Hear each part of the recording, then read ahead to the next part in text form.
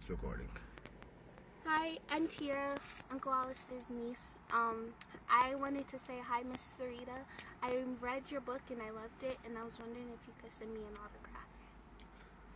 Hi, I'm Kay. I'm Ollice's sister. And I am Ollice. How are you doing? Alright, so basically we are making this video so that we can kind of go through and explain to you my story and what happened. So my sister is here because it's easier for her to explain it more than it is for me, because she was there and most of my information comes from either her or the people that were around, so it's easier to get it from her, and then I'll kind of go through and explain what happened in my eyes or how I went through it. Okay, on February 20th, 2014, I got a phone call from my brother's fiance, his then fiance, saying that they were rushing him to the hospital. They didn't know what was going on. He was just throwing up is all I knew. So then my dad called and said that he was in intensive care, and I rushed down to the hospital. And I'm just going to kind of go through this, make it as short as possible because it's kind of long. When we got to the hospital, the chaplain is the person who met us. Now, everybody, well, from what I've always understand, when a chaplain meets you, it's really bad. Normally, a person is either passed away or they're about to pass away. So that really terrified us. After that, we got to meet with the doctors for a little bit. I went into the bathroom and just started praying as hard as I could. My dad was there, and they had to resuscitate him again. So after they resuscitated him, they induced him into a coma to hopefully try to stabilize him and see what was wrong. It took like a day and a half to figure out that he had a stroke. Then they started draining the fluid. That didn't work. So they told us he had a 30% chance of survival, and if he survived, he would possibly never walk again. All I could do was to beg the doctor to please just do everything that he could to save his life.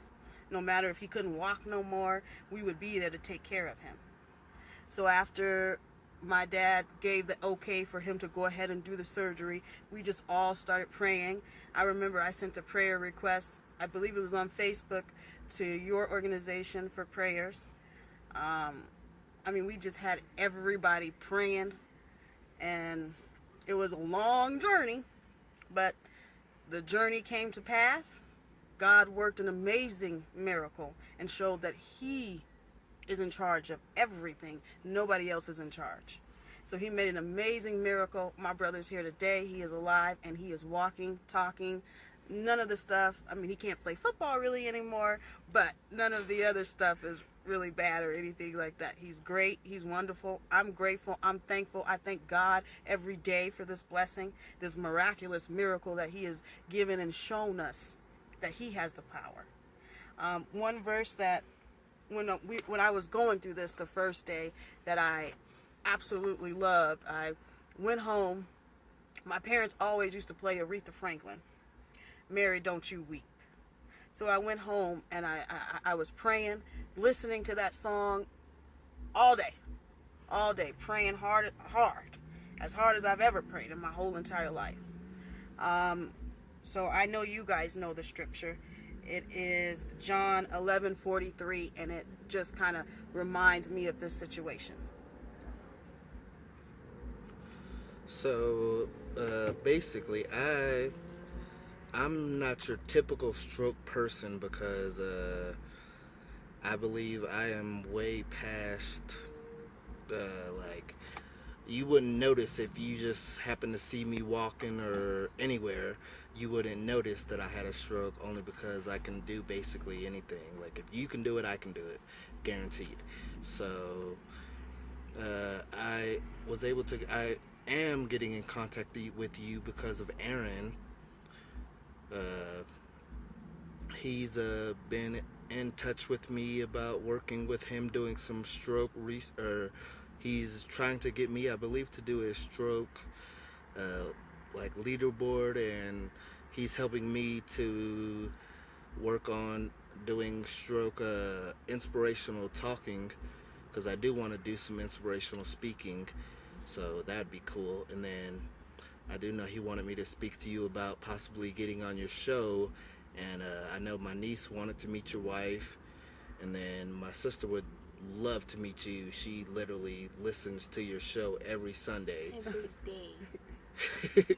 She does. Every single day. So I guarantee she wants to come as well. So I did speak to Aaron about we trying to set up something to get onto your show. So that'd be cool. And if we can, these would be the two to come with me as well. And your daughter. And my child. I do have a 10-year-old daughter as well. And then we just want to go ahead and thank you. We are sitting in the car making this video because we just got finished washing cars and everything. So, but if you have any questions, we will go ahead and answer those. And you have a good day. Thank you so much for this opportunity. It's amazing. Yep, we're wrapping it up. Just saying thank you, like, for this opportunity. And thank you so much for this opportunity. All right, have a good day.